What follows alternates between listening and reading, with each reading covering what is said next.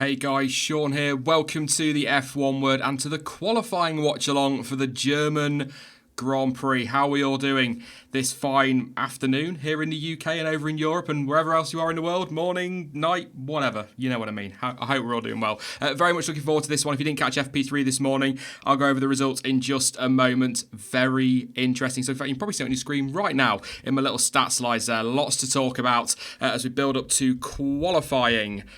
And I'm totally up for this. It should be a good weekend. Should be a good weekend. So let's have a look at that FP3 result very quickly, actually. Get it out of the way. Charles Leclerc, fastest again this morning, 112.3. Less than 0.2 ahead of Max Verstappen, or just over a tenth of the half, if you fancy saying it that way. Sebastian Vettel in third place, Valtteri Bottas fourth, Kevin Magnussen fifth. Whatever. Lewis Hamilton in sixth place, Carlos Sainz seventh, Pierre Gasly eighth, Kimi Raikkonen ninth, Romain Grosjean in 10th.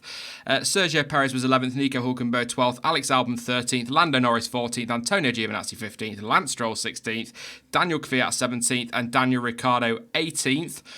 I know it's only practice, but 1.4 seconds covering the top 18. I'll take that. I will take that in qualifying if we can have it. Brilliant. And then, of course, cut a little bit adrift. Robert Kubica, 3.1 seconds off the pace, and George Russell, 3.4 seconds off the pace. Not seeing much on what's going on at Williams, but I can't imagine that is their definitive pace this weekend, although they're not going to be troubling too many people ahead of them, I would have thought. But really, what to say about FP3? Or practice in general. Yesterday, just forget it, because the temperatures, the track conditions are completely different today. They'll be completely different, apparently, if the forecasts are to be believed again tomorrow. So really, yesterday was irrelevant. But it looks, on paper, as though Mercedes might be struggling just a little bit. However, and I am going to say this, I am not going to get sucked into this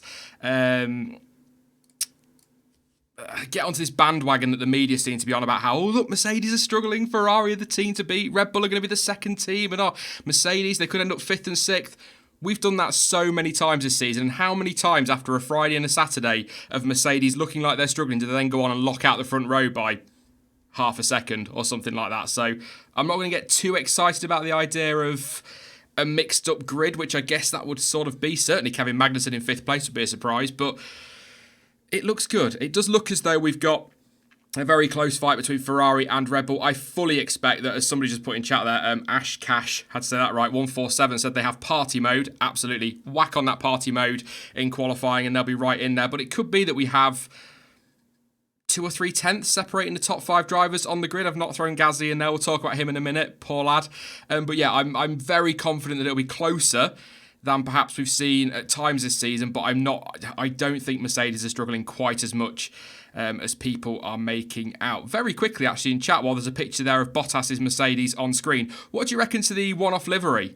I think I'm in the minority by saying I absolutely love it. I think it looks fantastic. I know a lot of people say it looks a bit half-arsed and it's not all that brilliant and they could have done more with it, but I absolutely love it. I mean, they're not going to stick with it, are they? But I like all this. And not just that, but also the fact the whole team are there, dressed up in vintage gear. The garages are done out. I really want this effort I wanted this for the 1000th Grand Prix. This is the kind of thing I really wanted for China. But if we could have this for the British Grand Prix next year, celebrating 70 years of F1, or any race next year, that'll do. Just something like that. You know, we talk about classic liveries and stuff like that all the time, and I'd love to see that. But yeah, anyway. Pierre Gasly. Got to talk about him. There's lots I could talk about. Building up to qualifying, Ferrari looking good and all that. But I've got to start with Gasly. He's a man under pressure anyway. I said in my Gasly video, 3 weeks ago now? I actually bwad. Oh dear. 3 weeks ago now that these 3 Grand Prix, so Silverstone, Germany and Hungary, were absolutely crucial for him if he is to be seen as staying at Red Bull next season. I still don't feel, despite his crash yesterday, that he's under threat of being dropped mid-season because Red Bull are 3rd in the Constructors. That's probably where they were aiming for this season and what they're expecting anyway. They're not going to get caught by McLaren or Renault, so I think he'll probably see out the season. But the point was that these 3 races are critical because when we get to the summer break, although we are past the halfway stage, a lot of teams tend to see that summer break as the halfway point of the season. That's when they sit down and assess everything that's gone on in the first half of the year.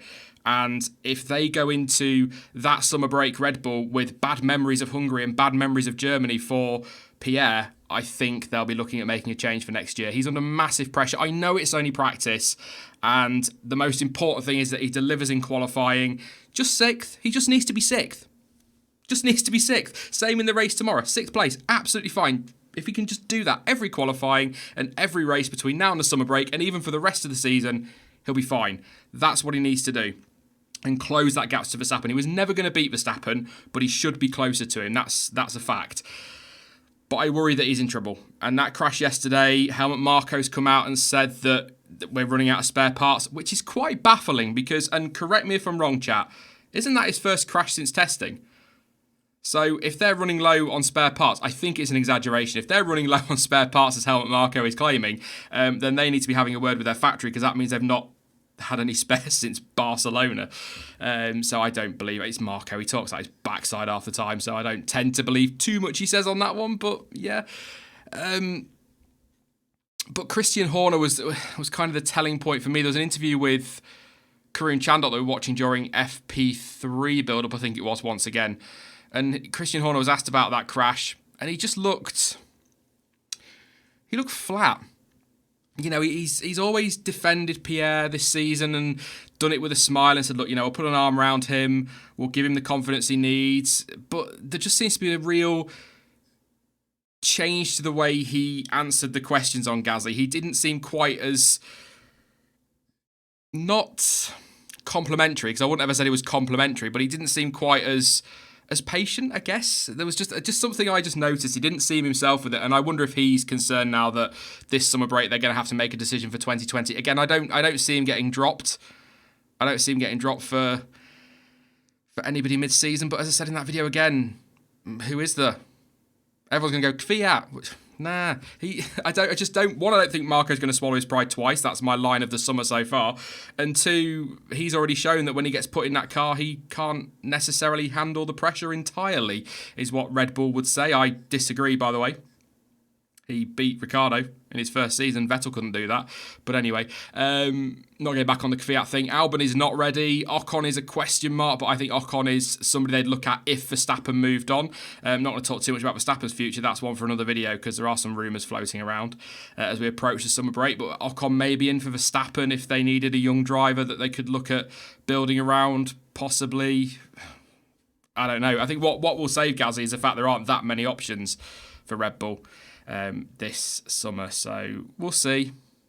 I'm worried about. I really want him to do well. I do. Him, Bottas, Grosjean.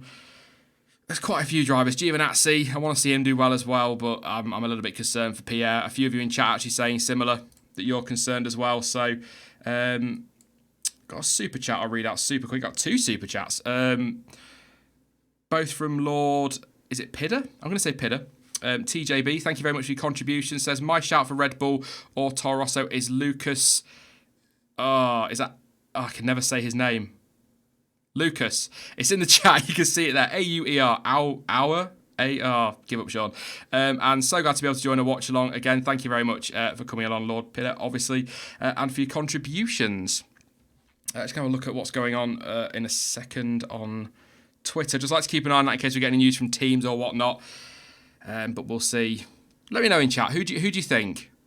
Who do you think would replace, if they had to, if Helmut Marko got one of his strops on and said, look, we've got to replace Pierre. He's going summer break. Who do you put in that car?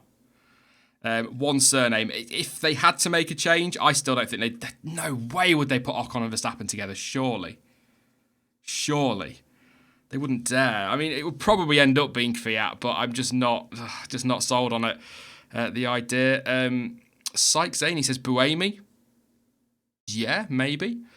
I'm not a big Buemi fan, I can't lie. Jev would be cool. Albon, I'm not convinced he's ready. Van Dorn. Oh, Stoff. Jonathan Mitchell. Stoff. Yeah, we'll have Stoff back. Kvyat 100% says Leglaf. Kubica. Yeah, Hulkenberg is one that's been linked to Vettel, not mid-season. De Vries, says EN. I'm not sure on the hype around De Vries, to be honest, but it's just my view. Bottas, that's only if Mercedes decide to make a change mid-season, but I can't see them doing that. Owen Mojo Foster says Ricciardo. I bet they wish they fought a bit harder to keep hold of him. But yeah, there'll be lots of different ones. Harley says Dan. But no, it'll be interesting to see what happens. I don't think it'll be a change summer break, but he's got to deliver in qualifying, as I say, and in the race, and he's got to do the same in Hungary, and then we'll see where the lay of the land is come the summer break as to whether Red Bull want to make a change for next year. But I think he's on very, very thin ice if he wasn't before. One man who isn't on thin ice is Charles Leclerc. I wasn't sure whether to do this now or in the video. I'll probably end up doing both. I know it's only practice, but going off the last few races and how he seems to be ramping up this season, personally, I think that he's the horse to bet on for Ferrari this year. Neither driver are going to win the World Championship. I don't believe that at all. Sebastian Vettel, though, doesn't seem to be totally himself. I hope he can do. I'd love to see Vettel win this weekend. I really would. A bit of redemption for last year, as I said in my preview. But I just think his performances at the moment, he looks quicker. He looks more comfortable in the car. He's delivering the results. He's not making the mistakes that Vettel has been making. If I were Ferrari, I'd back him for the rest of the season. I don't mean in a Schumacher, Barrichello 1-2 situation. I don't mean like that, start chucking Leclerc out of the way, but I'd really start to think about backing him a bit this season if they aren't already. He's been so surprising. It was a bit of an odd start for Leclerc. I mean, if you remove Bahrain, obviously very unlucky there with the Ferrari mechanical issues, but he sort of was a bit all over the place, a few fifth places, bit of inconsistency, but he just seems to have really got going since, I'd say, Canada, that run of podiums. Yeah, whereas Seb, I just don't feel looks himself. That I call it a mistake in Silverstone. He calls it a mistake where he hit the back of Verstappen, misjudged that one. Not himself. I don't think there's a lot of talk about Vettel possibly leaving Ferrari this year and going back to Red Bull. I don't think that's going to happen. I would be very surprised. Red Bull may be forced into a position where they're going to have to look for a driver outside their programme, but I don't see Vettel returning anytime soon. More than anything, if you were Red Bull, do you want Vettel in current form as your replacement potentially for Verstappen if he were to move on? I'm not really sure. That I would in Ferrari's position. I'm not in Ferrari's, but they've made some very odd calls in the past, so who knows? Maybe they will. But a lot of talk of Alonso possibly returning to fill that seat. I just wish people would just stop on Alonso. But I've got this feeling that Alonso's going to be sat in a retirement home, 95 years old, in the future. And the equivalent Crofty at the time is going to be talking about possible contenders for a seat, and everyone's going to be talking about 95-year-old Fernando. It's just somebody that's going to be linked to every seat forever. It's as simple as that. So I don't see him returning to Ferrari. I certainly don't see him at Red Bull, and I don't see Seb going to Red Bull. So I fully expect Vettel, is the point I'm making, to stay at Ferrari for 2020. Also, do you really want to switch teams if you don't have to? If the team are willing to stand by him for next season, do you want to switch teams just before a big regulation change? I wouldn't. How do you know? You just don't know. You want to see those regulations first. You want to see what your team are doing and get sort of halfway through next season and looking at the factory and seeing the development and talking to the team about their, how they're feeling about 2021 and then make a decision, surely. Vettel goes to Red Bull and they screw it up and Ferrari suddenly deliver a car that can dominate and compete for the championship. He's going to feel stupid. He's going to be gutted that he's left. So, I don't know. But a lot of speculation for it. It's a silly season. There's going to be a lot of garage gossip videos coming out during the summer break and over the next few weeks because there's just so much juicy gossip. I get very excited by speculation. You may have noticed. The music has started if you're watching on TV. No music here. I'd love to play that Brian Tyler song right now, but I'd be, yeah. Such a shame. No race footage and whatnot in this as usual. I'm sure somebody will link to a stream in chat at some point. I'll try and keep an eye because it does go straight into spam folders and whatnot, so I'll just keep an eye out for it. I'll take a couple of questions super quickly while we're gearing up for qualifying. About 5 minutes away now from the session starting. I'm going to put my headphones on, listen to Crofty's beautiful voice. But I will take a couple of questions while we're just waiting for this to build up. I'm just watching the build up because I often get some good clips. Oh, actually, I'm going to show you some pictures. That's what I was going to do while we're waiting for this to build up. Mick Schumacher in the F2004. Right in the feels. Proper emotional moment around Hockenheim between the sessions. He's gone round in his dad's championship dominating F2004. The split helmet again, just as he had in the Benetton at Spa a couple of years ago. Absolutely awesome. Looks fantastic. Beautiful car. One of the greatest of all time. And I think one of the best looking cars of all time as well. So, yeah. Emotional. I'm a Schumacher fanboy. Michael Schumacher fanboy. So I'm going to be... yes. So Kieran says, why was Jeff overlooked at Red Bull Racing? I couldn't tell. I think it was kind of in that period, wasn't it, where Marco was like, right, you've got 2-3 years, and then I'll change again, and we'll change again, and we'll change again. I don't know, to be honest. I heard rumours about his attitude. We've seen it at times in Formula E, so maybe there is that to it, but I don't know. I like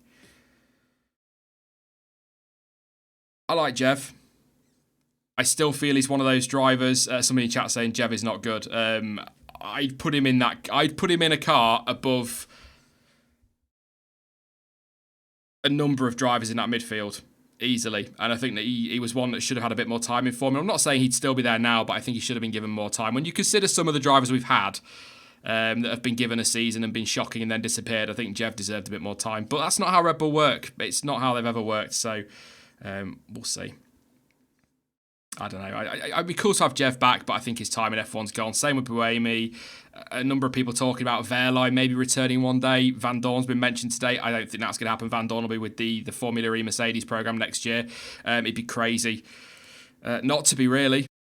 I'm not saying if a seat opened up in F1 and he was offered it, he wouldn't take it. I'm just saying it'd be crazy not to stick with Mercedes there. It's a very good wing to be under. If they're not going to give you a Formula 1 seat, Mercedes, they'll get you a seat somewhere. So look at Paul di Resta, for example. Drivers starting to get in their cars. Max Verstappen in his Red Bull. Vettel and Hamilton in Mercedes 2021? Question mark, question mark, question mark. It's a keen question from Sard. I'd love it. I'd love it because it would finally... I think a lot of people would say they know the answer to the question, who's better in equal machinery, Hamilton or Vettel. Put them in equal machinery. Let's just answer it once and for all before they both retire. One season shootouts would be brilliant. No reliability problems, just straight fight. Yeah. But then I'd also quite like Verstappen and Hamilton at Mercedes, because even if Mercedes rock up next year and absolutely crush the opposition, what a scrap. What a scrap we'd have between Verstappen and Hamilton. I would absolutely love that. Well, Qubits ago in 2020. It's a very good question from, is it Casper with a C? I don't think he'll be in Formula 1 next year.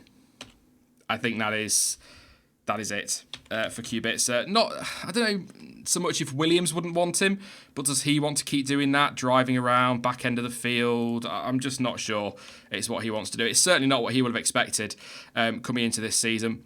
We've moved to the Watchalong screen very quickly. Once again, no race footage. Thank you very much to the guys at Planet F1 for providing the live timing for this one. I've got the official live timing up next to me to keep an eye on. I have a countdown timer on as well once we get the official timer, but we are moments away from qualifying. It is dry.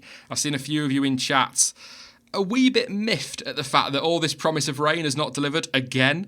The forecasts I've seen in the last few hours is that there'll be no rain until about 3 o'clock local time, which, guess what, is right after qualifying finishes. What a surprise. It's peeing it down in Lincoln in the UK at the moment. So, yes, I'm just watching the countdown now so we can... there we go.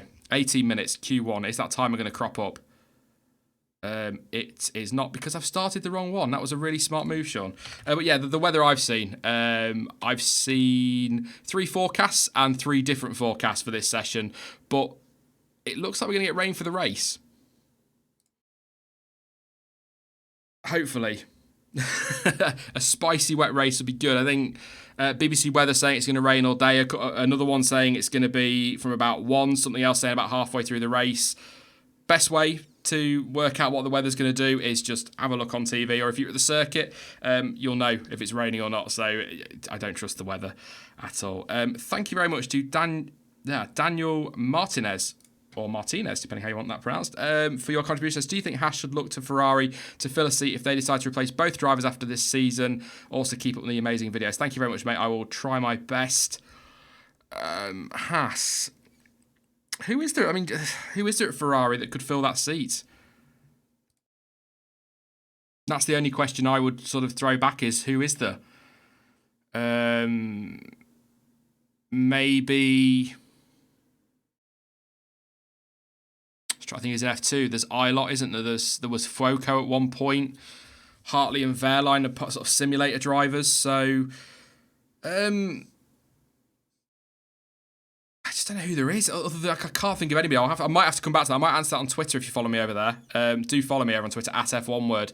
I'll see if we can answer that and have a look for some Ferrari drivers in the academy and whatnot. But Mick Schumacher, that's a good shout. Yeah, to Haas, I don't think so. I think you'd be more likely if Gio has a good second half of the season that Gio maybe gets promoted to Haas and then maybe Mick in the Alpha. I think next season will be too soon for Mick Schumacher. For me, he needs another year in F2. But I said that about Lando Norris. I know Mick Schumacher's nowhere near the championship there, but I said Lando Norris was not consistent enough or could do with another season in Formula 2 before moving to F1, and he's come into Formula 1 and taken to it like a duck to water. So, yeah, I mean, will Haas change both drivers? Gunther Steiner not happy at all after Silverstone, totally understandably. I think Magnussen's got a lot of stick for that, by the way, unfairly. That for me was a 50-50. I don't think all this, Sky were doing it yesterday, talking about Magnussen and all the times he's running to his teammates, and I'm thinking, well, think of about 3 in all his time in F1. So let's not really build that into something that it isn't. I think Grosjean's in trouble. Gunther Steiner's words, I did write them down, I've forgotten them. He said something along the lines of, we won't be making a decision on our driver lineup until the summer break. So if Grosjean doesn't deliver this weekend and next weekend, I think he's gone. Ocon is the rumour. I'm not convinced that'll be Ocon. I think he's probably the most likely if it's a mid-season change, but he's tied to Ferrari. So there we go. Xbox player said Ocon doesn't deserve a seat, in my opinion. In my opinion, he deserves a seat more than some in that midfield. The thing with Ocon, best way to sum this up, and by the way, get used to hearing that on the channel because that's all we're going to hear all bloody summer is Ocon, Ocon, Ocon, linked with every seat. Very quickly, Ocon is better than some people give him credit for. But Ocon is not as good as other people give him credit for, if that makes sense. But he definitely deserves a seat over a number of drivers in that midfield. But we'll move on to what's actually happening on track now. Now that we've got a few cars out there. George Russell setting the time. We talk more silly season between sessions. But George Russell on track 1:15.682 from him. Kubica half a second nearly off his teammate. Lance Stroll over the line. He needs a good Saturday. 1:13.3. Not a bad lap time. Not a bad lap time to kick things off for him. Juan Pablo Montoya. Not a fan. Or wasn't a fan when he was in F1. Obviously, I was a Schumacher fan. Anyone that challenged Schumacher, get out, not interested. Certainly when I was a kid. Anyway, we've got Lando Norris out there. McLaren looking good with Carlos Sainz this morning, so hopefully we'll see some good pace there once again.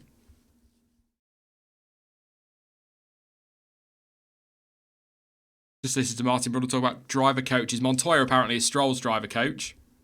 Okay, and he's talking about Ken Tyrrell being his first driver coach. That's going back a long way. Sainz purple in that first sector. I didn't get your predictions actually for pole position. I'm going to go with. I said Hamilton, didn't I, in the preview?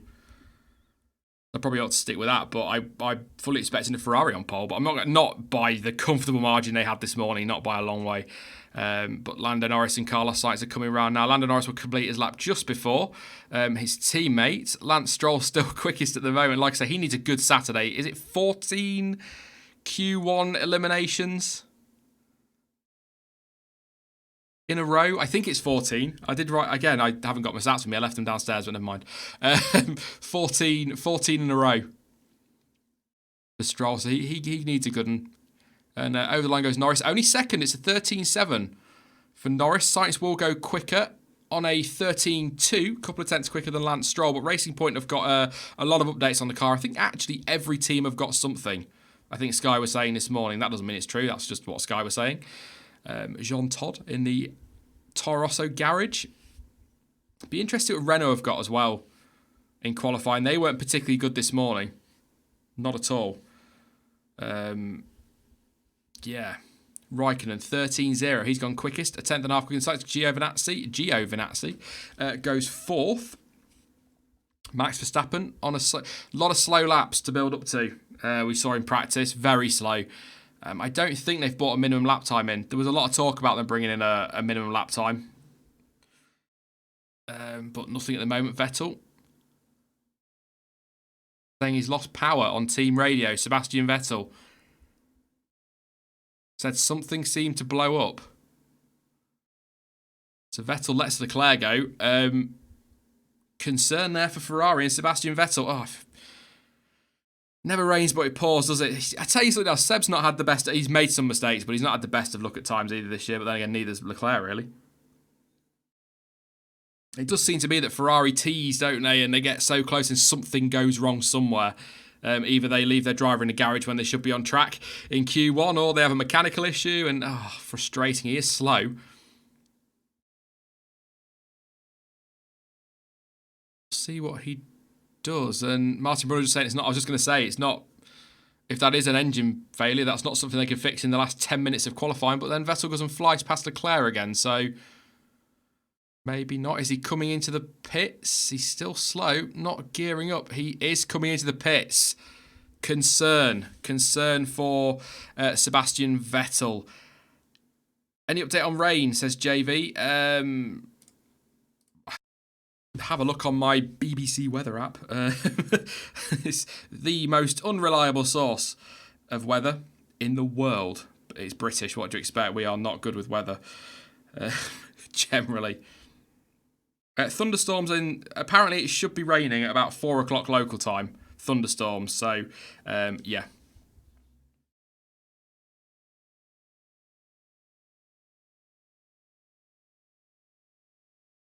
Max Verstappen on a lap. Leclerc purple in the first sector. What can Max do? Max is going to go purple in the middle sector. 1.5 tenths quicker than Kimi. Be interesting to see as well what Mercedes have done, what car configuration, if you like, they've gone with this morning. They actually changed the side pods on Hamilton's car. Just see what Verstappen does over the line. It's a 1:12. It is 1:12.5, and Leclerc, I think, is about to trump that. The 1:12.5 from Verstappen coming through the final couple of corners now. Leclerc, just will he go wide out that final corner? Can't touch the green bit. He goes through on a 1:12.2, so 3 tenths quicker than Verstappen at the moment. Gasly's on a lap as well, I believe. So we'll see what he can do. But yes, Hamilton, I think they changed his side pods this morning. They bought some bigger, bulkier bodywork effectively to help with cooling on the car because the temperature's supposed to be high, and then this morning obviously it's cooled down. So during practice they went to the slimmer side pods and engine cover and all that apparently, and I haven't seen or heard anything about which one they've gone with for the session, but I'll see if I can spot it. Vettel, the engine cover's coming off the Ferrari. 8 minutes 45 to go. This is not looking good for Ferrari and Sebastian Vettel. There's always something, isn't there? Very slow Mercedes. I assume gearing up for a lap is indeed.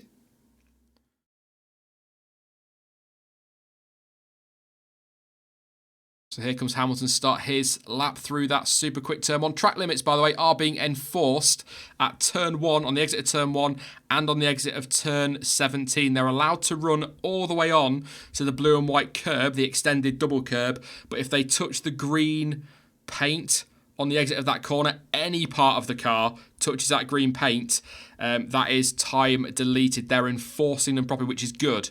It's good.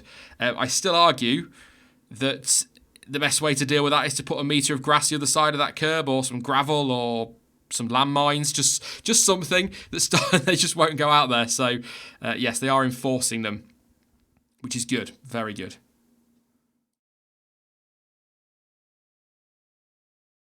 Hopefully we'll see something on Ferrari at the moment, or shortly with Seb, but the engine cover is off the car. He hasn't set a time, so provisionally he is P20.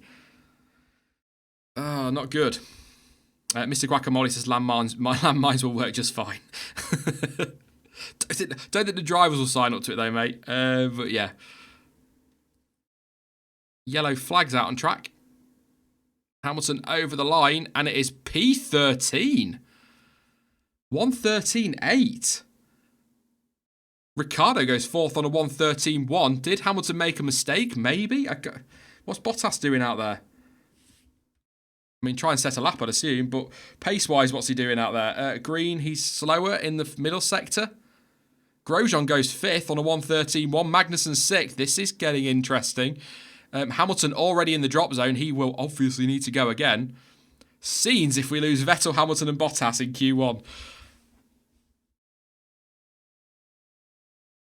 Bottas over the line. What can he do? 1:48.9. That must have been a slow lap to get things geared up. Interesting. Bottas comes through nearly 2 tenths down on Leclerc in the first sector, and Mercedes, that's where they've been strong this weekend. It's that middle sector with the super long straight or sweeping straight to turn 6 and then the long run after turn 6 that Ferrari have just dominated with that power unit.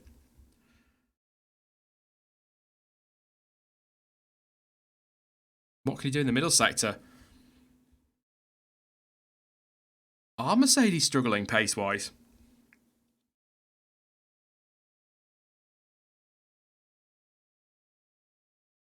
What's he got in the middle sector? Loads of traffic. They're not in the way, but he's 2 tenths personal best, but they're measuring it. 2 tenths up on a time to get him through would only be a 1.1 seconds he'd be off the pace. So 1:13.3, 1:13.2 at the minute he's on. I'd like to think he'll go quicker than that. Or you'd assume. Over the line, it's a 13 flat, so he has gone much quicker than his teammate and quicker than I said. So yeah, up to P4, but that is tight. 1.2 seconds between Leclerc in first and Albon in 15th. So very tight. This could be interesting. Not looking good for Vettel if you're a Vettel fan. 5 minutes to go, engine cover still off the car. They're still frantically looking at the back. Ted Kravitz just talking now. I'll have a listen while I try and waffle.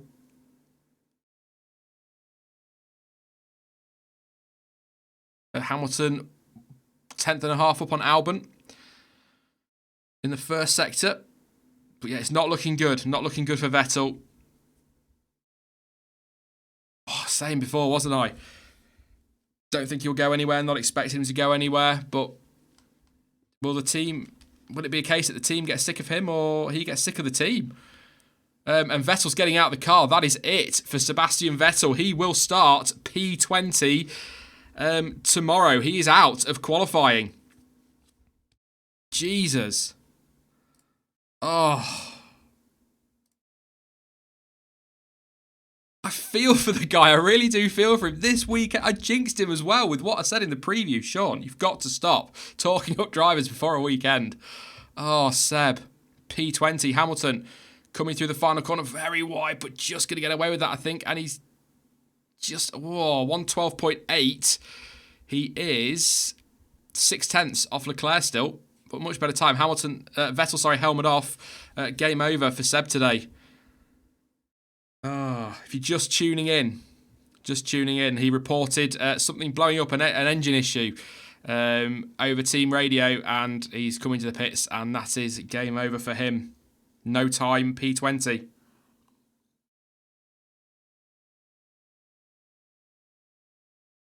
So what?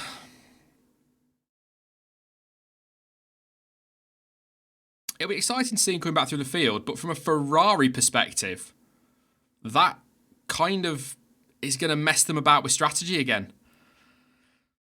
It's always beneficial to have two cars towards sort of close together so that they can take the fight to Mercedes. Mercedes, you would assume, will have two cars in that. You'd hope Red Bull, if Gasly can get through to the top 10, would be... That's gonna compromise a lot of the team's weekend. All on Leclerc, no pressure. No pressure for Charles.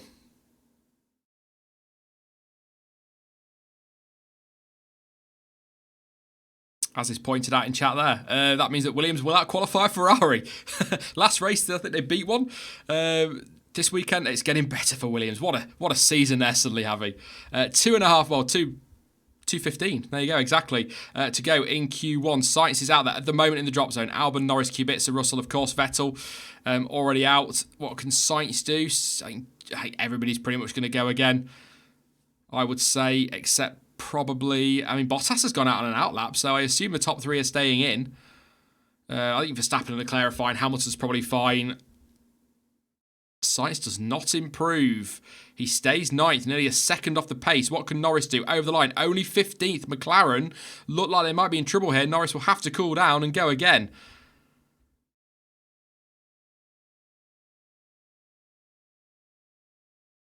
Sebastian Vettel going to get weighed.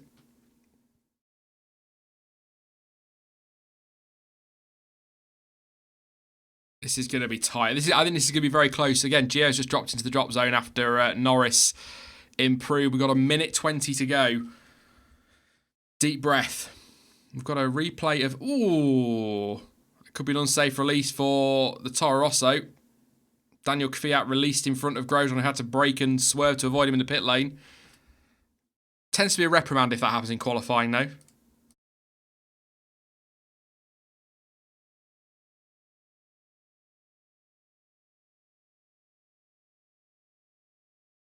The Raikkonen gearing up for a lap. Who's going to be last across the line? That'd be interesting. I've not got a driver tracker this week. What can Kimi do? Fourth at the moment. Through the first sector. 15.5 for Leclerc is what he needs to be beating if he wants to be fastest, but he won't be fastest. 3/10 down for Kimi. Forgot he was in an Alfa now and not a Ferrari.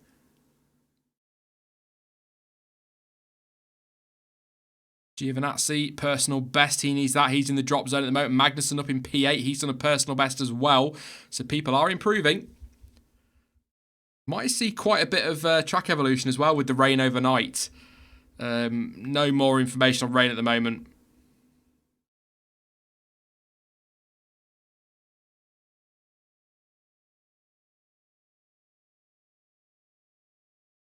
Six-tenths down is Raikkonen. Not improving. Funnily enough, Giovinazzi's improving nicely. Magnussen not quicker than his own time in the middle sector.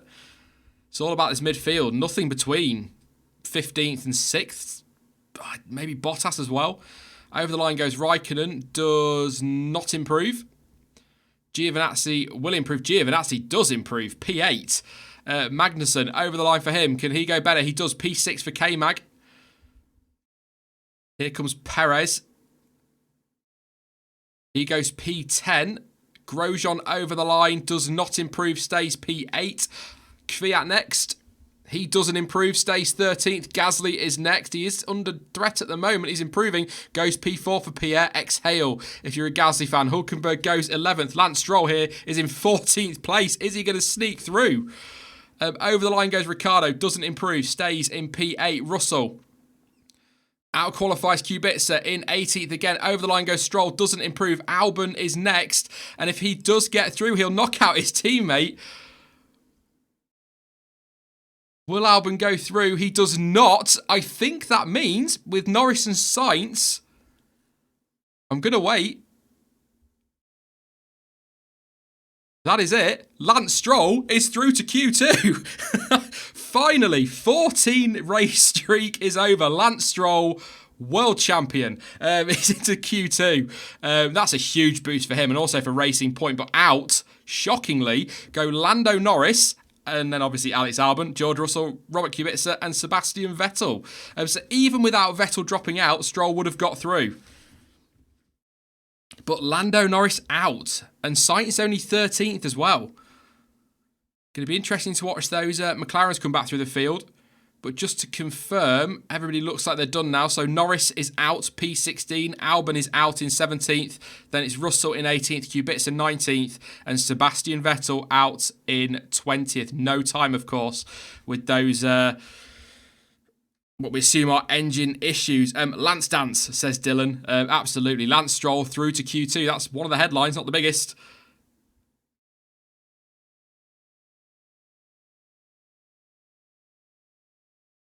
Alex Albon not sounding particularly happy over team radio. He's out. Obviously, Daniel Kvyat just got through by half a tenth. Did Albon get traffic? Albon got a lot of traffic. Albon was held up by Norris, yeah. Well,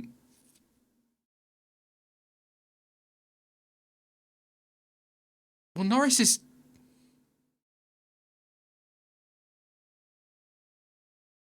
Well, Norris isn't moving out of the way, but Norris is also passing... Is he on a flying lap or not? And then, oh, I think Norris might take a penalty for that if that's not a flying lap.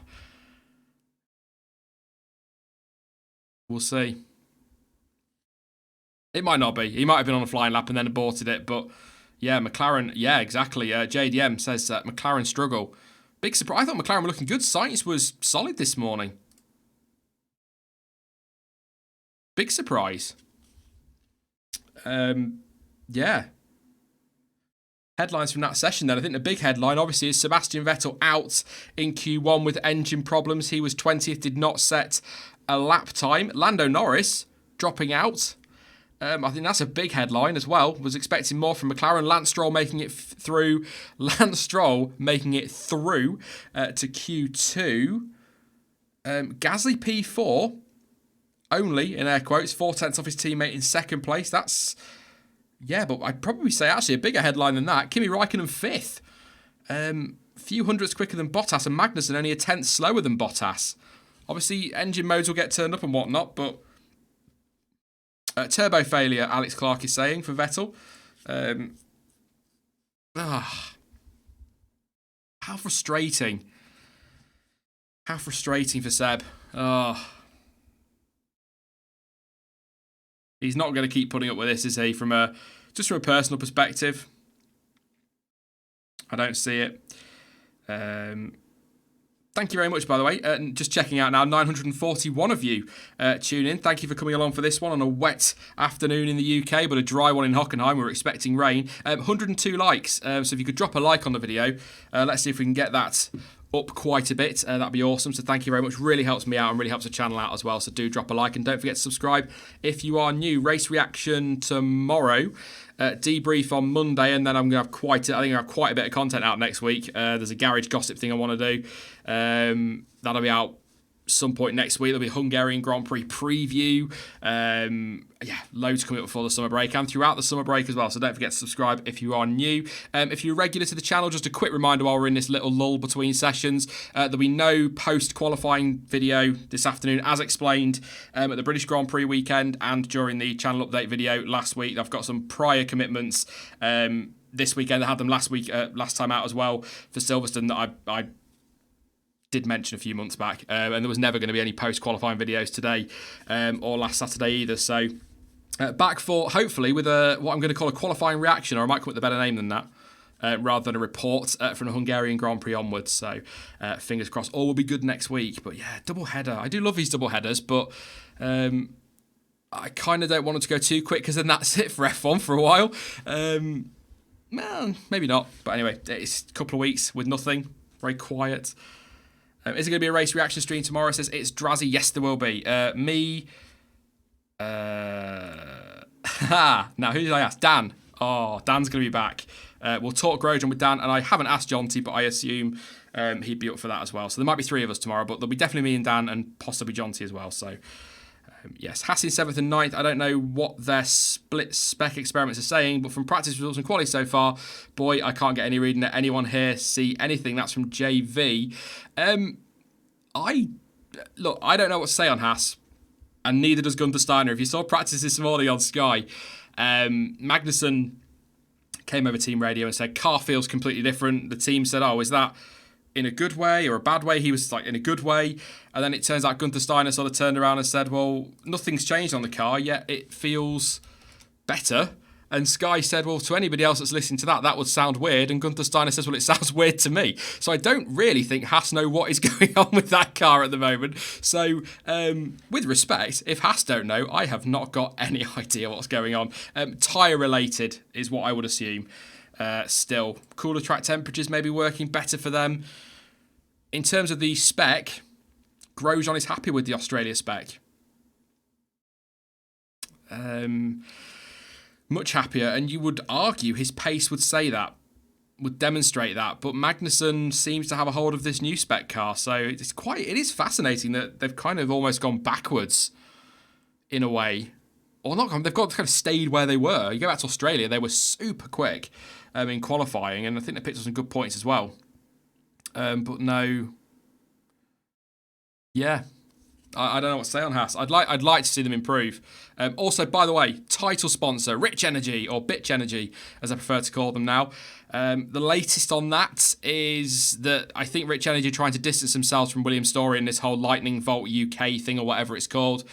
So I don't know what's happening there, but Gunther Steiner was asked about the title sponsorship. They said that it will definitely be on the car for this weekend, obviously, and for Hungary as well, but it's with the lawyers at the moment, and a decision will be made in the summer break. So we might see some different looking Haas cars from Belgium onwards, but I would assume they'd just be black and gold without any name on there or any logos. Without any logos anyway, are there? Because they had to get rid of the white bikes one. But yeah. Been quiet on the Rich Energy front. A little bit too quiet. But Q2, as you can see from the timer, is underway. Sebastian Vettel now walking back. Yeah.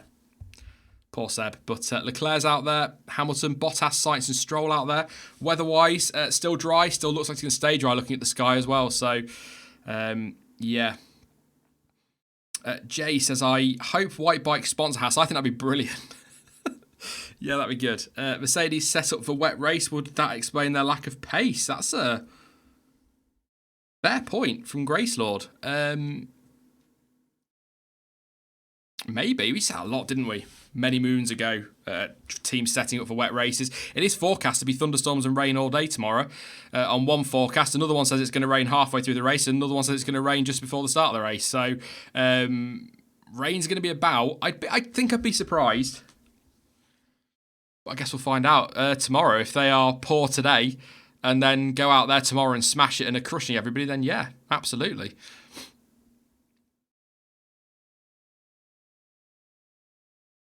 So Hamilton is out on the mediums, interestingly enough. For whatever reason, the live timing isn't showing tyre data for me, which is really annoying.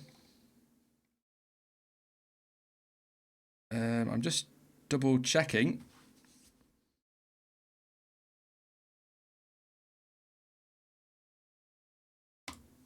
I'll have a look. I'm not getting the tyre data, but at the moment it looks like Hamilton's on medium, Bottas on medium as well.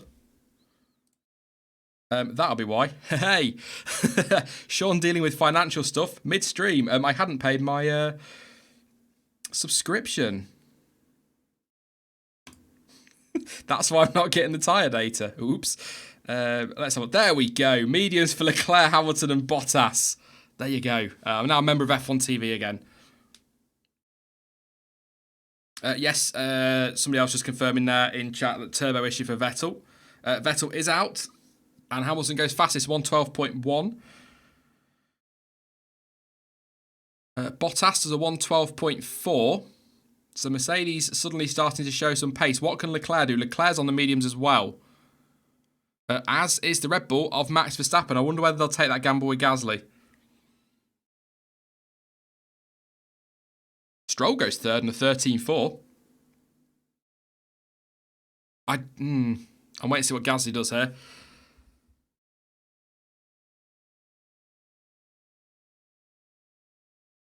So Sainz goes third, only 4 tenths off. It is close in that mid. Oh, the whole field's pretty close this weekend at the moment, or as close as it's ever going to be in F1. We're not talking a few tenths between everybody, but a second and a half in FP3 this morning. So, be good to see that Leclerc didn't go purple in the first sector. So it's mediums for Leclerc as well. Mediums for Verstappen. Gasly's gone out on the softs. No surprise there. I don't think Red Bull can really take that risk with him or that gamble. 1:11.212, by the way, is the track record, set ironically, I guess, by Sebastian Vettel last year. Purple in the middle sector. Leclerc deleted track limits at turn 1. Is 1:25.5. That won't mean anything because that was pretty much an outlap or a cool-down lap. But he is purple in the middle sector. He's been mighty in that middle sector this weekend so far. Through the final sector. Does avoid the green. What can he do? Over the line. It is a 1:12.3 and goes second. Here we go. Mercedes pace is turning up. I'll pretend to be shocked. But it is, of course, as Martin Brudder pointed out there, it is only to get through to Q3 this one, so they don't need to go full out just yet. But that is Hamilton, Leclerc and Bottas. I would say 12.1, 12.3, 12.4 should be through on that, on the medium tyres. Sainz 4th. Perez 5th and Stroll 6th. They're all on softs. Verstappen on the mediums. Raikkonen soft. Magnussen soft. Everybody on soft now, I would say. Aside from Verstappen and those two Mercedes in the Ferrari. Interesting. Bottas at the weighbridge.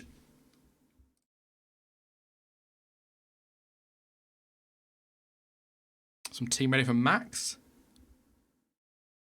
Max is losing power, has lost power. He's slow and he's been told to box. So we're going to lose Verstappen here.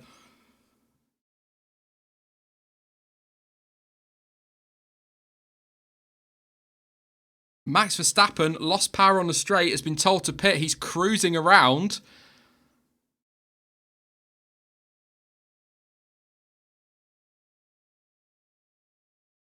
Oh. Verstappen out of position, Vettel out of position. I mean, a long way to go. Yeah, 8 minutes. They might just be could be a sensor thing. I don't doubt it's a sensor thing if he's felt the loss of power, but it could be anything in Formula One.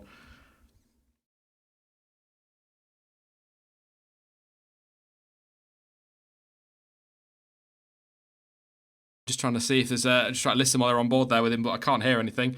I wouldn't really know what I was listening for, to be honest. But you've got, yeah. Let's not get into that debate about lucky Mercedes, but what I would argue to that with the whole Mercedes getting lucky thing here is that Hamilton and Bottas both put their times in before these issues cropped up for Verstappen, and a 1:12.1 is quicker than Leclerc at the moment in the Ferrari. So, but Gasly goes third on the soft tyres, of course, a couple of tenths off the fastest time. So he should be through on that. Grosjean goes 6th, Magnussen 7th, Raikkonen 8th, Gio 9th, and Perez 10th. So we're losing both the Renaults, Kvyat, Stroll, and at the moment Verstappen. 7 minutes for Red Bull to solve whatever the issue is.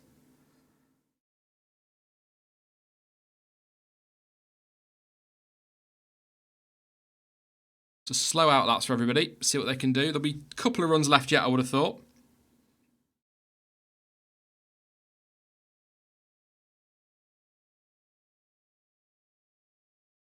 So in they all come. I'm waiting to hear news on Verstappen now. There's still time. I don't think. I mean, Hamilton will go out again. So will Leclerc, Gasly, and Bottas. But that'll be to scrub some tyres for the next session, I would have thought. Just to be out there, just in case we get some shock track evolution. I'm not really sure what to make of it. I mean, stick yourself in a neutral position. Vettel 20th and Verstappen 15th. We're in for a hell of a race tomorrow. But you want Verstappen and you want Vettel up there to challenge Mercedes, to challenge their teammates, or Verstappen to beat his teammate, but you know what I mean. You want them at the sharp end of the grid to be fighting, don't you? But we also saw last season what happens when you've got Max Verstappen out of position. I mean, Cota, USGP, was right down the back end of the grid and ended up about 5th by lap 2 or something like that. I know that they can make their way back through quite easily, but we'll be in for a cracking race tomorrow. But at the moment, Hamilton a 1:12.1 is the fastest time. Vlad wants to know what Vettel did. Apparently a turbo issue for Seb, according to some in chat, but essentially he reported a loss of power. Felt like something had gone wrong, came into the pits, they took the engine cover off, and then he jumped out the car, and that was that for him. So he's 20th tomorrow. Unless, of course, others take penalties. He might need penalties yet, depending on what the issue was. Turbo, apparently. Verstappen goes out on soft, so he is back on track. So that's good news if you're a Max Verstappen fan. The 5 minutes to go on the soft tyre. They've got to go for it, haven't they? I suppose sending him on mediums when he's only got one lap would be a little bit risky. Super slow down the straight. Is that just a slow lap to get the tyres where they need to be?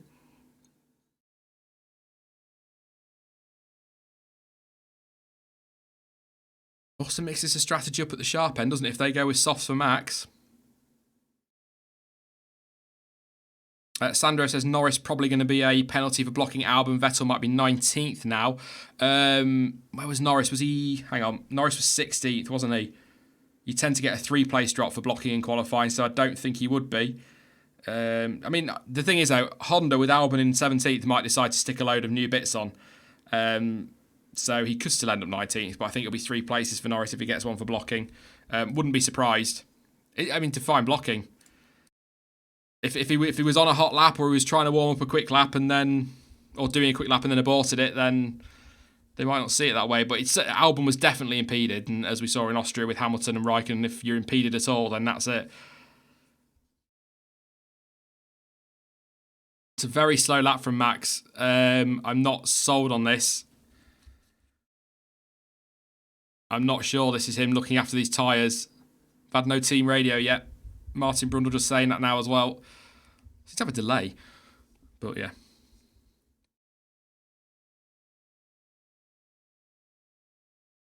He looks to be picking up a little bit of pace, maybe. Definitely picking up a little bit of pace. It looks like it was just a very slow outlap, but here he goes. He's going for his lap now. Maybe just a Control-Alt-Delete reset and everything was fine.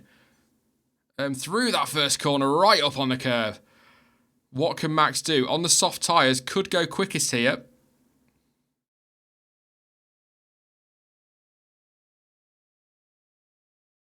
Just a tenth down. So this would be enough to go through at the moment.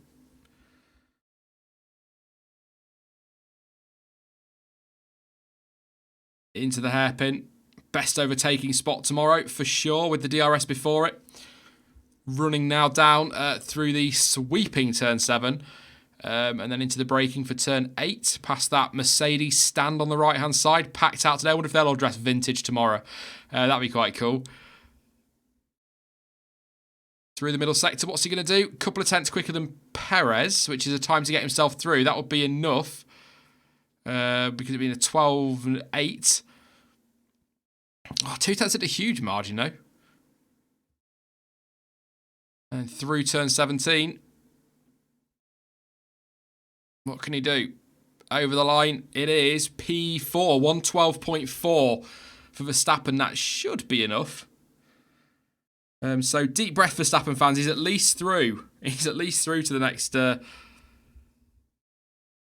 session, I think. 2 tenths off. That'll be softs as well.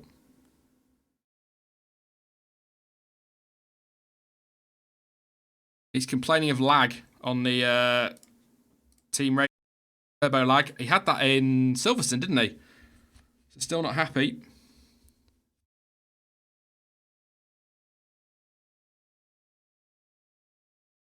So at the moment, out will go Perez, Hülkenberg, Fiat, Ricciardo, Stroll. We'll turn our attention now to the drop zone. Hamilton is on track on the softs, as they tend to do. I'd assume Leclerc will probably do the same. Verstappen's on an in-lap now. I don't think he'll go again on those tyres. Bottas is on an out-lap. He needs to. Only 5th, actually, for Bottas. He was mediums. What's he doing? He's out on the mediums again. It's obviously desperate to start on those. We've got a replay of K-Mag here at the hairpin, locking up on that inside right. And it's not the hairpin at all. That's turn 2, Sean. Nasty lockup. That's going to cost him.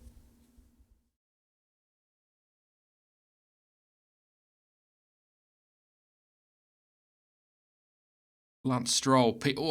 Wide. Through 12 for Stroll. That's not one of those for track limits, though. Back end stepping out as well. Lance Stroll is absolutely ragging that racing point. Drifting through 16. Lance Stroll, this is a scruffy lap. But over the line he goes. And it is 15th. Not going anywhere. Grosjean stays in P7. Over the line goes Sainz. He's currently in P6, so the pace is there in the McLaren, just not with Lando Norris. It'll be interesting to see his interview after this.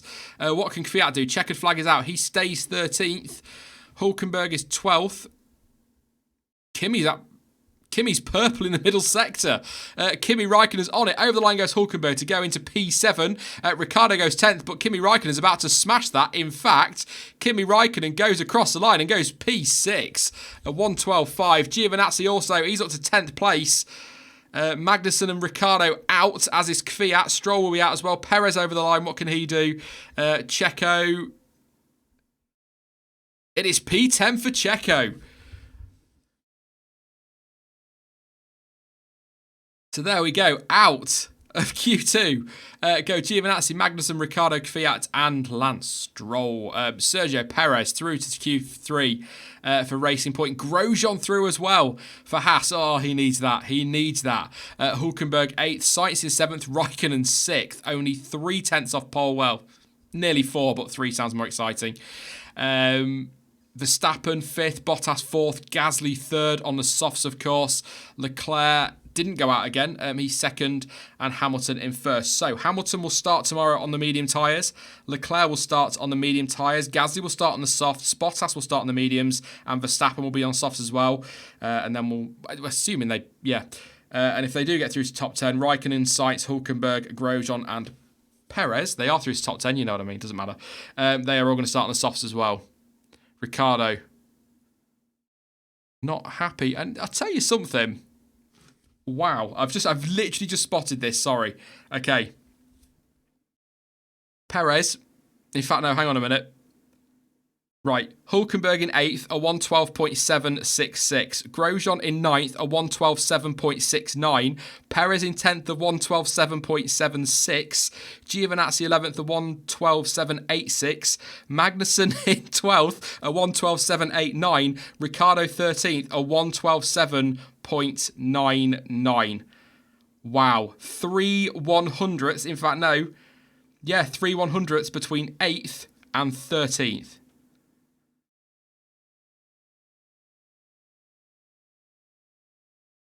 Wow. That is... Wow.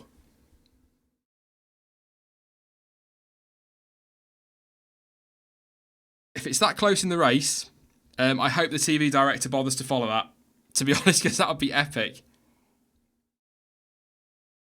John T. Good afternoon, John T. Sorry I didn't join you, mate. Had a few calls out of Watchalong. It's all good, mate. It's all good. Are you going to be in for the race reaction tomorrow? I'm sure you'll fancy that one. It looks like I tell you what, quali's good. We could be on for a cracking race, mate. If nothing else, we've got one car coming back through the field, and the midfield separated by sod all. Just listening to Vettel.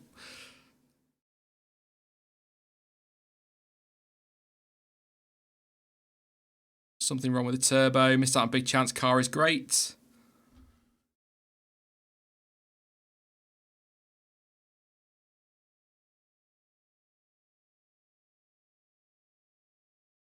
Not happy, understandably, but he's looking forward to the race. Can overtake, so lots of opportunities there.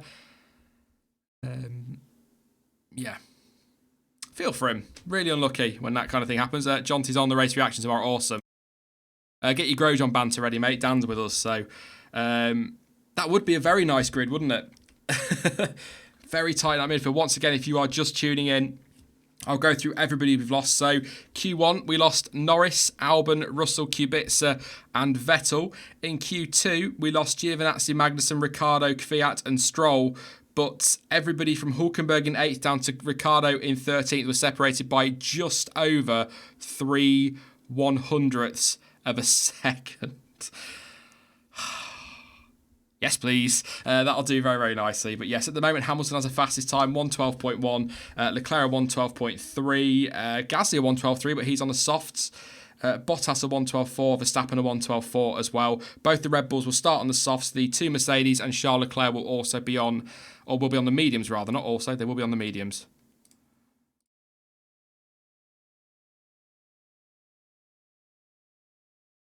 Alex Albon doesn't appear to be...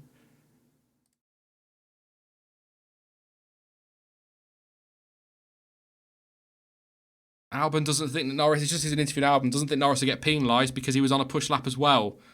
I did wonder that, because if he's on a push lap, they're not going to do him for blocking, but then Norris abandoned that lap and let Albon go very quickly. So Albon doesn't seem to be pointing the finger, so just frustrated, understandably. Let's get things set up for Q3 then.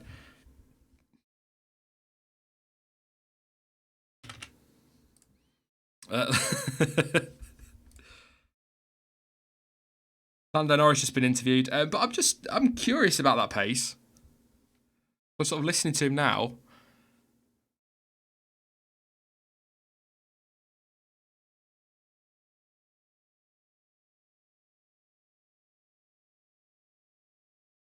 So he's just, Norris just saying he didn't put the lap together. I'm just curious by that because Carlos Sainz is P7, half a second off the fastest time. So, yeah.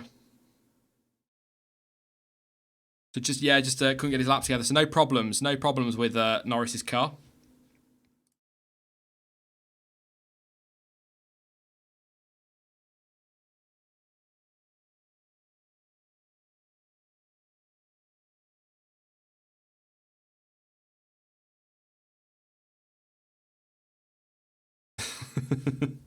Sorry, so this is Norris's interview there. I don't know if you're listening to it, but just typical Lando interview, to be honest. But yes, going to watch some analysis with Ant by the look of it. But yeah, it's just looking at your comments. Matt says he definitely wasn't on a push lap. Albon seems to think he was. I don't know. I can't remember. I wasn't looking at him. I was watching the others. So much for that rain forecast for quali. Yeah, that never turned up, did it? How were the Williams' times? Says Banana's time 350. 1:14.8 for Kubica in 19th and a 1:14.7 for Russell.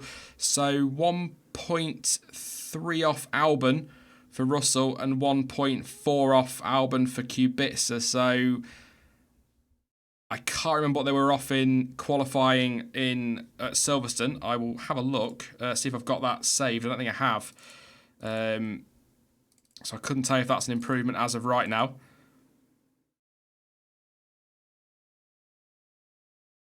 I don't appear to have the quali result from last time, so no, I'm not able to say, actually, annoyingly. Double check.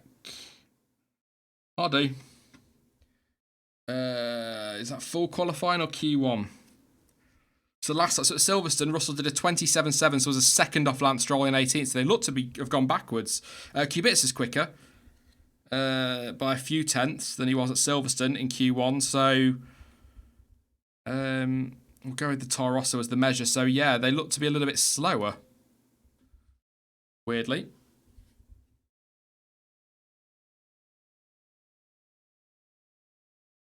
We go. The session is underway for Q3.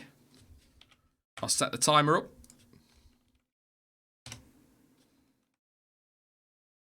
See where we're going. Q3 underway. Both the Mercedes are heading straight out on those soft tyres.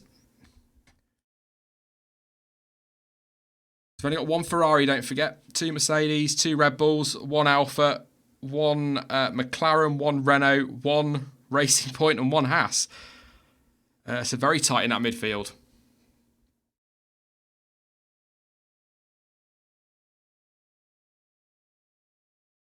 Edu says eight different teams in top 10 is super impressive. Is it 8? It is, yeah. Good shout. Yeah.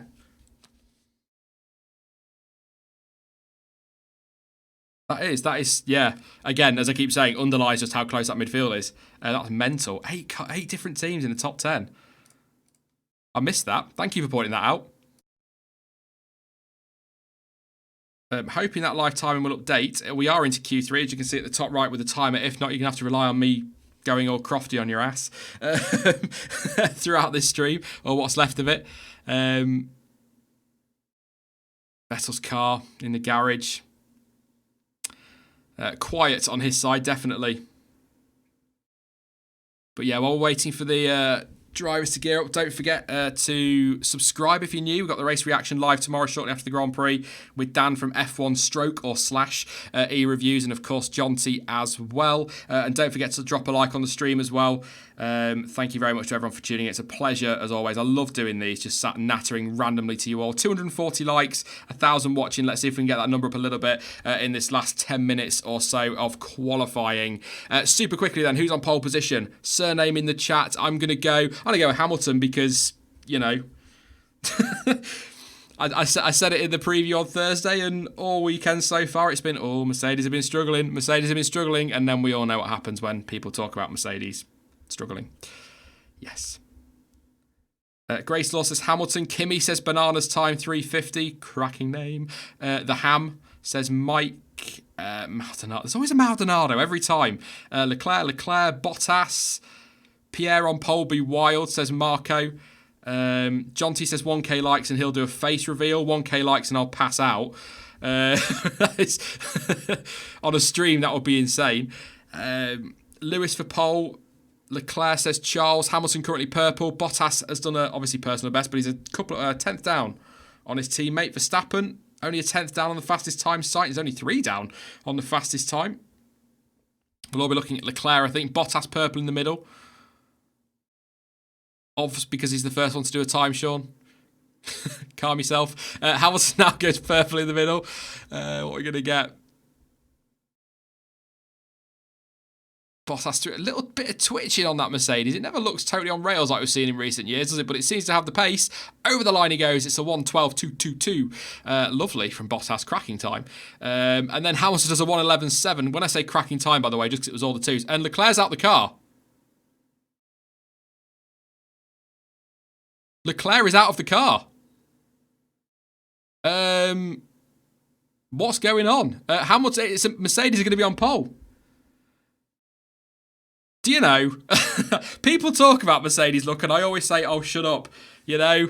1:11.7 for Hamilton. 4/10 off his Bottas. Sainz is currently third. And Leclerc's out the car. It's over. Ferrari are going to have nobody. On pole, despite all that pace. What did I say at the start of the stream? How many times have we talked about Ferrari having the pace and it's not happened in qualifying for one reason or another? Verstappen goes second amongst all that. 3/10 off Hamilton. Hamilton's got this in the bag unless Verstappen can pump in one hell of a second run. He's got best part of 3.5 tenths to make up. Gasly yet to set a time. Go on, Pierre. Stick it on pole. Surprise us all. But yeah, just to confirm, there's no word on why, but I assume it's a mechanical issue. Leclerc is out. Does start on the mediums though from what will probably be P10. Not much consolation, but it's just all falling apart. For Ferrari again, Grosjean goes fifth. Gasly a 1:12.5. 4/10 off his teammate, 7.5 tenths off pole.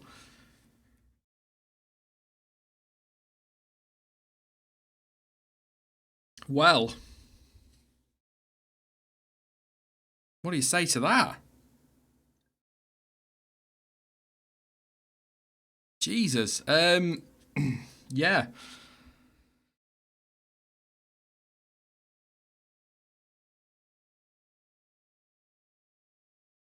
So it was a turbo issue for Vettel. You should never assume in Formula One, but you would assume it's a similar issue for Leclerc. And I don't know where they are. I don't think they're anywhere near the penalty mark for turbos. I don't think. I can have a check out on race fans and see what they say, but I don't think we're anywhere near penalties just yet for Ferrari on that one. Have a look at their stats.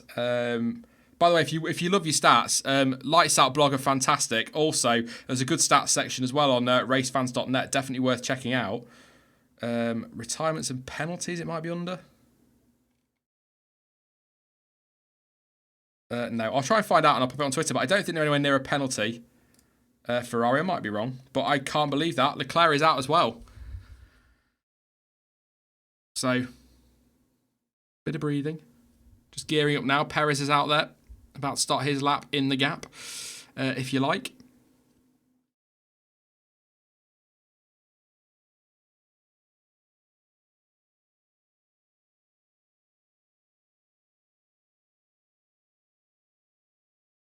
Well, I don't really know what to say on that one. I've got no news on Leclerc at the moment. I'll check Twitter, actually, while they're all gearing up, because that tends to be my source of most information.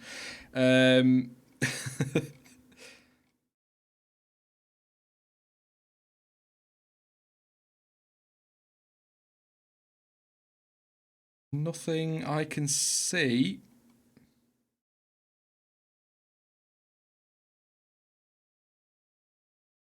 I mean, I assume it's something similar to what happened with... Again, you should never assume in F1, but I assume it's something similar to the issues Vettel had with his turbo. So Perez is going to be the next to set a time. He's just on his very slow out lap, looking after those tyres. No rain. It'll rain at 1 minute past 3 local time, or UK time, it's 1 minute past 4 local time. Usually the way it goes in Formula One. Remember the podium celebrations last year? After the race, chucked it down. Here goes Perez now, gearing up for his lap through 17.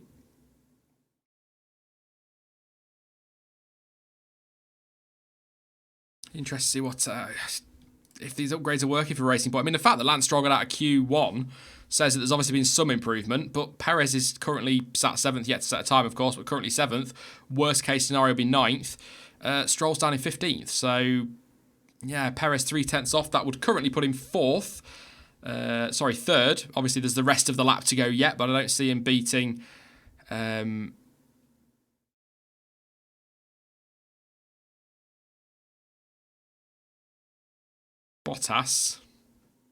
I was half listening to Crofty there. I didn't quite know what he was saying, but he wasn't saying anything that I needed to repeat. I just wondered what he was saying. It just, yeah. Sometimes you hear a word and it confuses you. But he's coming through now, Perez. Over that line for the middle sector. It is 5 to 6 tenths down. That's going to put him 4th. Kind of guessing as he goes around the lap. Yes, Lando 16th for anybody asking. I wonder if Perez can end up P5 here. No. He goes 6th. Grosjean's looking good here for 5th place. That would, oh God, that'd be a hell of a moment. I'd be very surprised, by the way, if anybody other than Hamilton's on pole position. There's a lot of time for Verstappen and Bottas to find, and I would assume Hamilton will go quicker as well.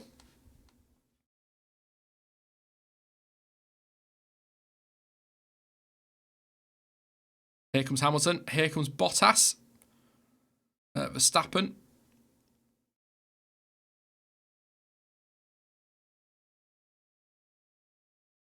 Crofty pointing out that Hamilton's ahead of his teammates, so maybe they're going to go with a tow at Mercedes. Try and beat Verstappen. There's a 10th between them, I think, Verstappen and Bottas. There is indeed. A deep breath. Fight for pole. I think this is Hamilton's to pretty nailed on now. Verstappen 2nd and Bottas 3rd. That's the fight. Can Gasly spring a surprise? Probably not. But you never know in Formula 1.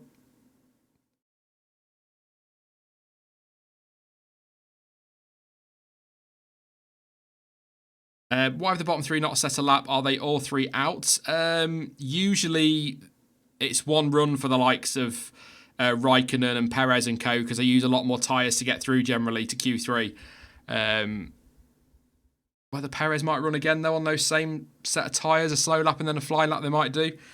But Leclerc won't be setting a time because he's out of the session along with his teammate who's down in 20. That's 10th and 20th for Ferrari, who came into qualifying looking good for a front row lockout. Have we said that before? This season, Ferrari looking good for front row lockout and end up nowhere near for one reason or another. I've said it in the stream probably 16 times, but there you go. I've said it again. Is Kimi going to go out? Yes, he is. Kimi's on track. Everybody but Perez and Leclerc. So Perez isn't doing another run, so it is everybody on track except Perez and Leclerc, obviously. I think Grosjean's got a good shot here of 5th place. Which even if you put the 2 Ferraris in there, that's still 7th and best of the rest.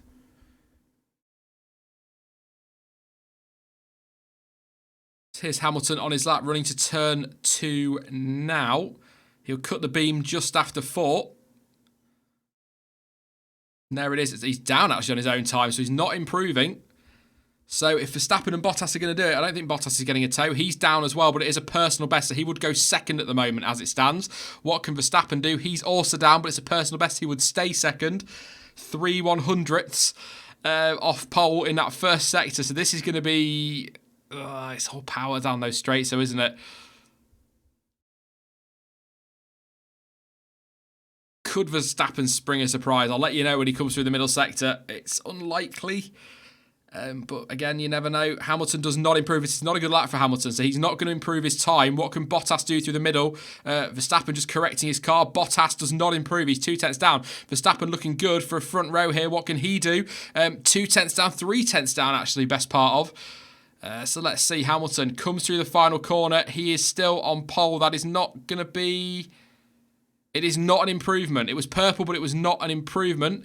The final sector. Across the line goes Bottas. He stays 3rd. Verstappen is 2nd. What can he do? Over the line he goes. It's still 2nd. What can Gasly do on 2 personal bests? Just touched that green. Over the line goes Gasly. It is P4. Only half a second off pole. And a 10th, crucially, off his teammate. That's better from Gasly. Oh, he's turned around after yesterday's crash.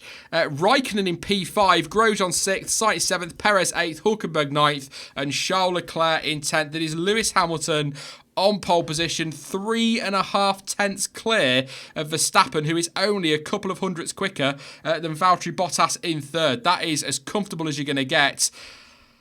Oh. Gasly's time was deleted, by the way. No, it doesn't matter. His previous time had been deleted, but his quickest time has not been. So that's 4th, only a tenth off Verstappen, and 4 tenths off pole.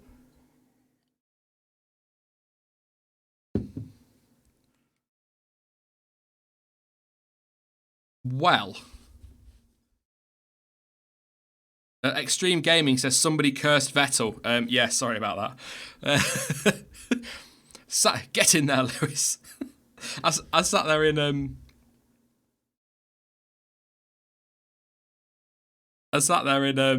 my preview talking about Sebastian Vettel redemption this weekend. Can he bounce back from last year's disappointment and heartbreak? He's 20th, turbo issue, didn't set a time.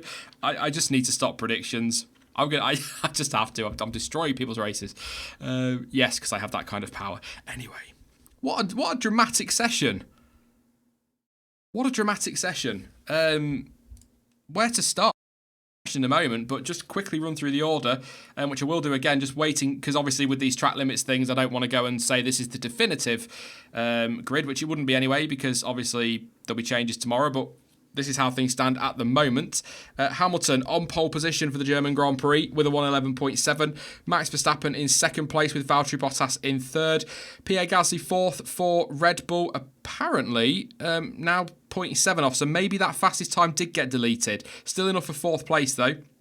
Kimi Raikkonen in 5th, Romain Grosjean 6th, Carlos Sainz in 7th place, Perez 8th, Hulkenberg 9th, Charles Leclerc in 10th, obviously with some sort of reliability issue, 11th for Giovinazzi, 12th for Magnussen, 13th for Ricciardo, 14th for Kvyat, 15th for Stroll, 16th for Norris, 17th for Albon, 18th for Russell, 19th for Kubica, and Sebastian Vettel in 20th place. Wow.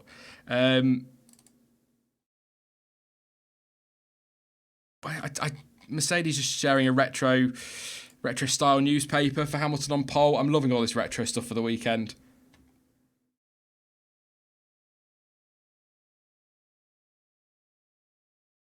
Just looking at some reaction on Twitter, a lot of angry people, frustrated people. Rain tomorrow? Do we need it? If you're a Ferrari fan, do you need rain tomorrow?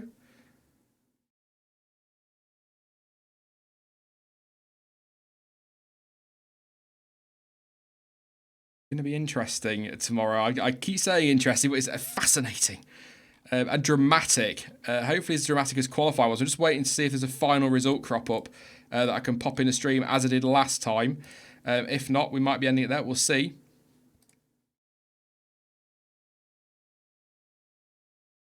No, I don't think.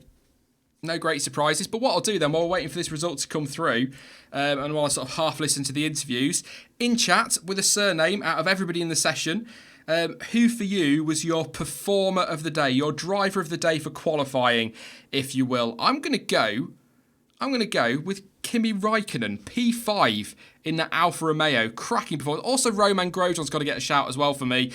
All that frustration just lately and all of the problems he's been having. I think he's got to get a shout in there. Pierre Gasly, somebody saying in chat there, his time was deleted, by the way. Is one that was within a tenth of Verstappen, but at least he showed he could get to within a tenth of Verstappen by extending the track, but that's not the point. He did it. We saw it. We witnessed it. It did happen, so yes. Vettel, Roman, I'll tell you what, I'll go back on the chat super quickly and get some of those that came in when I first asked, and then we'll sort of work through some. Through with an F, apparently, as opposed to through. Chat not refreshing for some reason. There we go.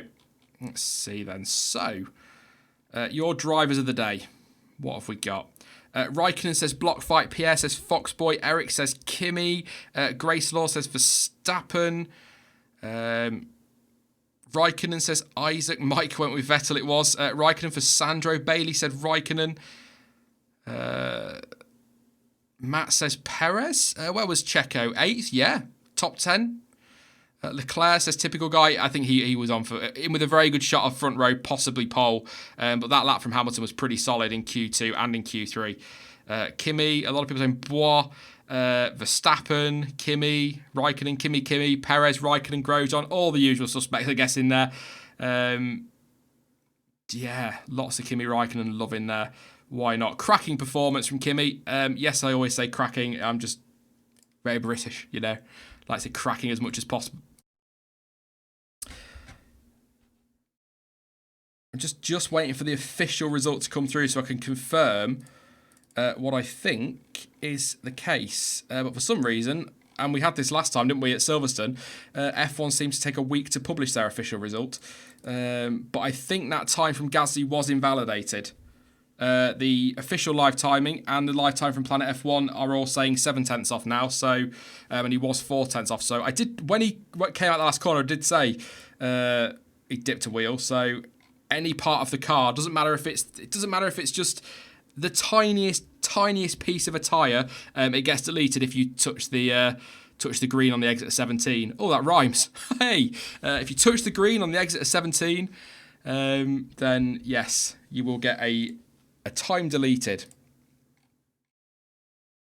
Motorsport just tweeting. Yep, that time was it was invalidated by Gasly. So there we go. That answers that without having to worry about popping the standings in. You can see the standings on screen. That is the provisional grid. For tomorrow, your top 10 anyway. Hamilton, Verstappen, Bottas, Gasly, Raikkonen, Grosjean, Sainz, Perez, Hulkenberg and Leclerc. We don't know at the moment whether the Ferraris are going to need to take any penalties for their mechanical issues. So that could change. Vettel 20th. I mean, if you're Ferrari, Vettel in 20th, you may as well stick a new everything in, haven't you, really? So, yeah. Maybe they will. Maybe he'll take penalties. I don't know about Leclerc, but he starts on the mediums, don't forget. If you like your strategy, Hamilton mediums tomorrow for the start. Verstappen will be softs. Bottas is medium. Gasly will be soft tyres as well. Charles Leclerc will be mediums, and the rest of the top 10 are all softs. I still haven't seen anything on Leclerc, so if anybody's got any news, do pop it in chat to let people know. I don't often get it all through while I'm live, which is annoying. But yes, I'll have to try and find a mole that can go hang out at Ferrari or something. Maybe hire Ted Kravitz if Sky drop him at the end of the year. If he'll accept £1 an hour and a bag of crisps, then he's in. But yeah. Doesn't look like the result's going to crop up. But yeah, the fuel problem is what people are saying for Leclerc. It was a turbo issue for Vettel. We know that one from Q1. Just listening to Sky, they're going to talk about Leclerc now. In fact, this is Leclerc in the pen. See what he says. Be interesting.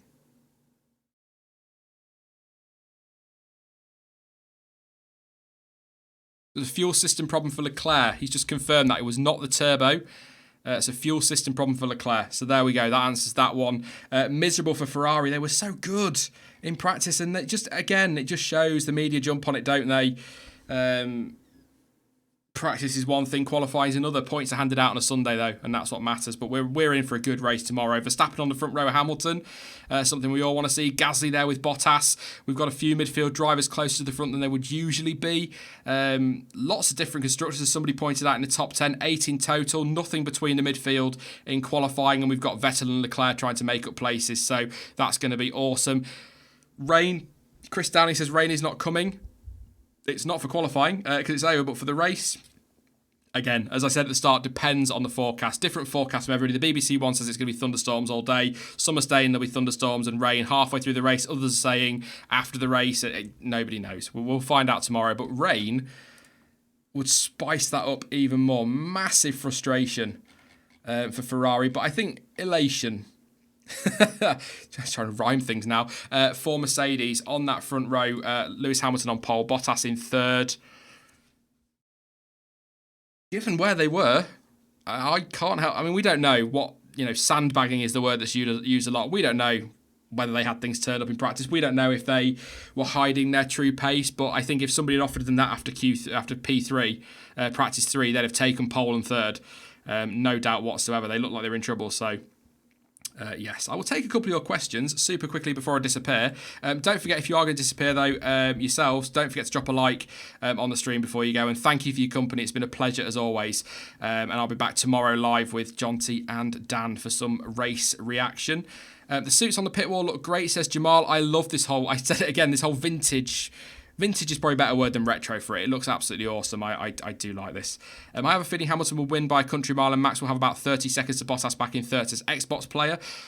I'm going to go a bit more positive than that. Verstappen's on the softs. If he can get the jump off the line, that get a better start than he did in Austria, he might be ahead of that Mercedes, which could spice things up. But Mercedes are on probably the stronger strategy tomorrow with those medium tyres. I hope it's a dream come true for tomorrow, says Mohammed. Are you a Ferrari fan? Maybe, or God, imagine Vettel winning from 20th. That'd be mad. I mean, very unlikely, but you never know. You never know. Safety. Hamilton did it from 14th.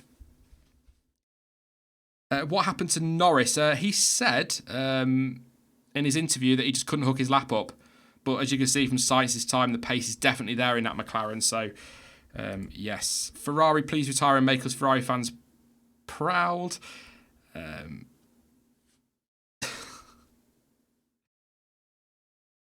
At some point, you'll start doing your race reviews as a sonnet if you keep going with the rhymes, and it'll be glorious. Absolutely. Absolutely. Maybe for Abu Dhabi. I'll finish on a poem for Abu Dhabi. And I say Abu Dhabi because it'll take me that long to come up with one. Yeah, not great with the old rhyming, although I seem to do it all the time. Roman Grosjean is 6th. Nice job, mate, says Xbox player again. Yep. Happy for Roman. But are Haas going to be able to translate that into race pace? This is the big question, I guess, isn't it? They were quick in quali in Austria. Was Magnussen 5th? Obviously took penalties and whatnot, and then didn't really have the pace in the race. It's that race pace again, rhyming, but it's that race pace that really hits Haas so hard, and that is annoying because yes, I'm just trying.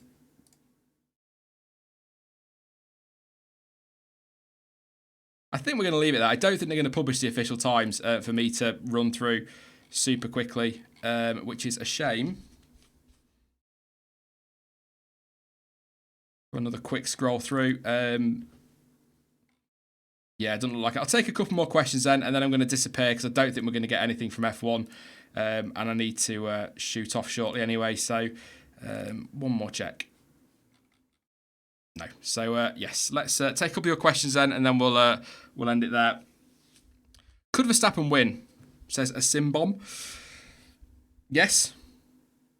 It does seem a big gap in qualifying, but over the one lap, Red Bull generally, as we've seen historically, tend to be better in the race. I think starting on the soft tyre is a big boost for him. Might be a bit quicker off the line.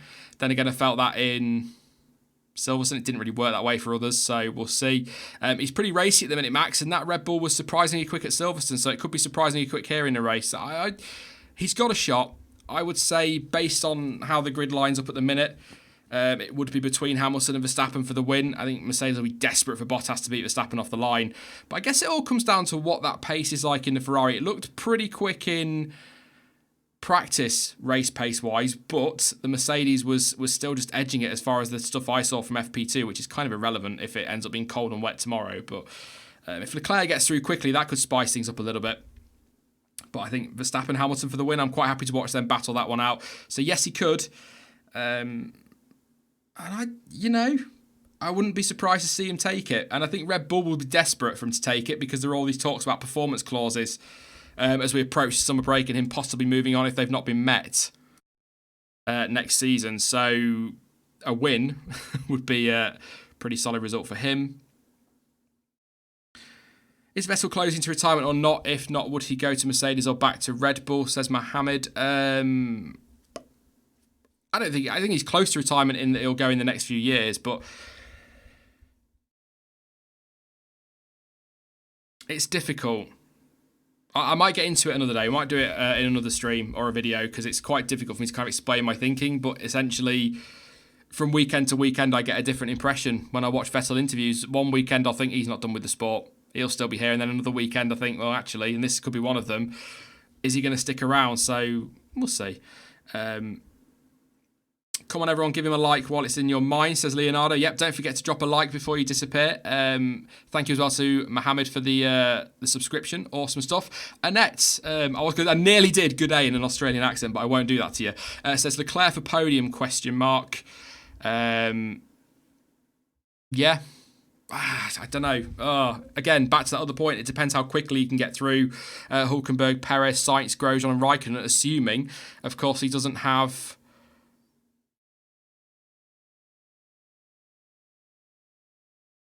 I don't know. It depends on penalties as well. It doesn't sound like he's going to get them. You never know, though. It could happen overnight. He could, but it means he will need Max Verstappen to stay ahead of Bottas, really. I think fourth is a minimum tomorrow for Leclerc. We'll see. We'll see. I think Verstappen has got a shot at the win, but I think I would expect to see both Mercedes on the podium as well, in some order. Two more super quickly. Thank you very much to Kieran for subscribing. Massively appreciated, mate.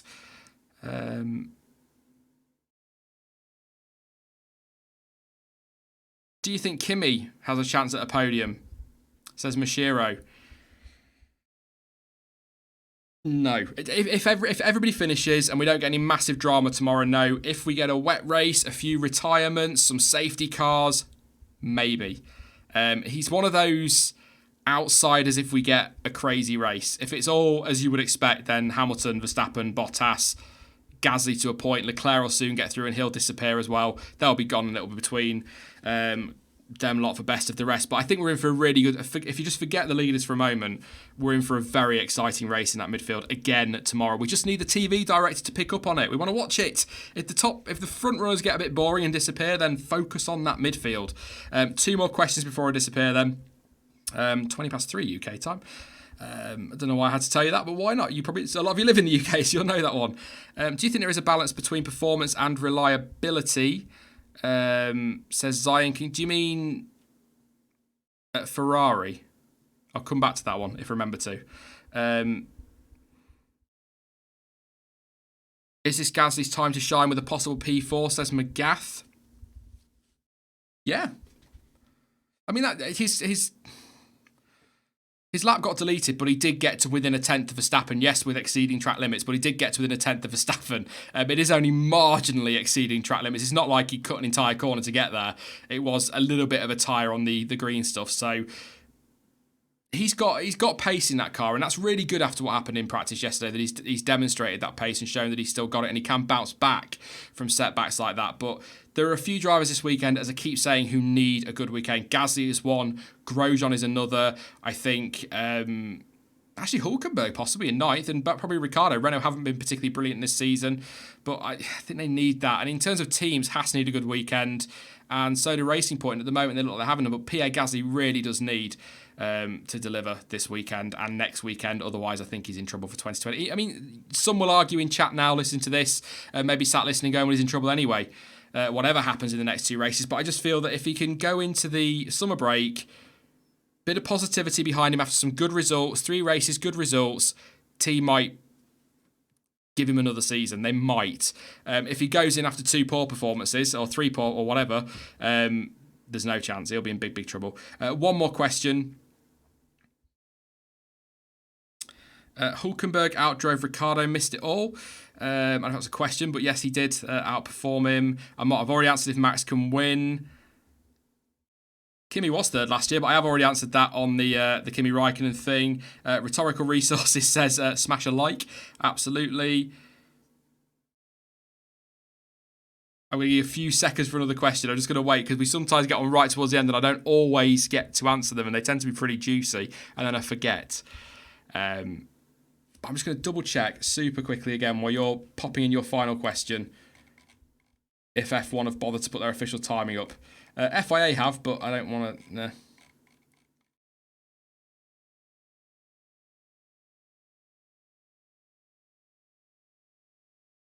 What exactly happened with Ferrari? Didn't have time to watch. Turbo issue for Vettel and a fuel issue for Charles Leclerc were the official words from the drivers and whatnot on that one. So, yeah, not good. not good. Paul de Resta there just confirming his time was deleted, Pierre Gasly. But that is your top 10 on screen now. They've not got their thing out yet, so obviously doing that one. But I think we're going to leave it there. I'm just sat here waiting for questions to come through, but I'm going to leave it there. I will be back, as I say, tomorrow. I would, just over. It's working out about 90 minutes at the minute after the race for the race reaction, but it will be sort of an hour to an hour and a half after the Grand Prix tomorrow for that race reaction with Jonty and with Dan. So a bit of banter tomorrow, probably on Grosjean, although Dan could be buzzing if Grosjean could finish in the top 7.